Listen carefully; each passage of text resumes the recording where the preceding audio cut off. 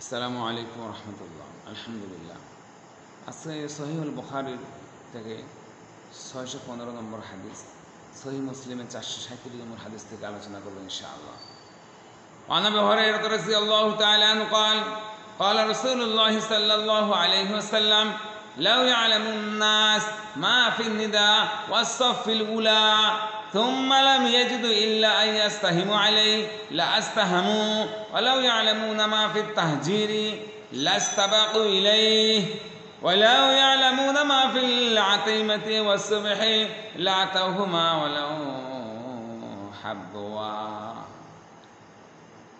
আসুন হাদিসটার অর্থ। আবু হুরায়রা রাদিয়াল্লাহু আনহু রাসূল সাল্লাল্লাহু আলাইহি ওয়াসাল্লাম বলেন, যদি মানুষ জানতো আজান দেওয়া এবং প্রথম সালাতের প্রথম সারিতে দাঁড়ানোর মধ্যে কি নেকি রয়েছে, তাহলে লটারি করা ব্যতীত তাদের কোনো উপায় থাকতো না। সুবহানাল্লাহ। আর যদি তারা জানতো প্রথম সময়ে সালাত আদায়ে কি নেকি রয়েছে, তাহলে তারা অন্যের আগে পৌঁছার জন্য আপ্রাণ চেষ্টা করত। আর যদি তারা জানতো এশা ও ফজর সালাতের মধ্যে কি নেকি রয়েছে, তাহলে তারা হামাগুড়ি দিয়ে হলেও সালাতে আসতো।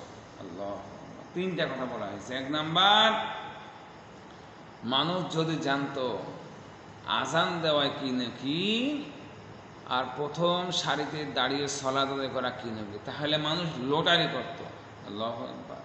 মানে মানুষ এটা নিয়ে এত প্রতিযোগিতা করত, এত কম্পিটিশন করতো, কিন্তু আজকে আমাদের জানাই। দুই, রাসূল বলতেছে মানুষ যদি জানতো প্রথম সময়ে মানে ওয়াক্ত সঠিক সময়ে সালাত আদায় করা কি নাকি রয়েছে, তাহলে তার অন্যের আগে পৌঁছে সালাত আদায় করত। সুবহানাল্লাহ।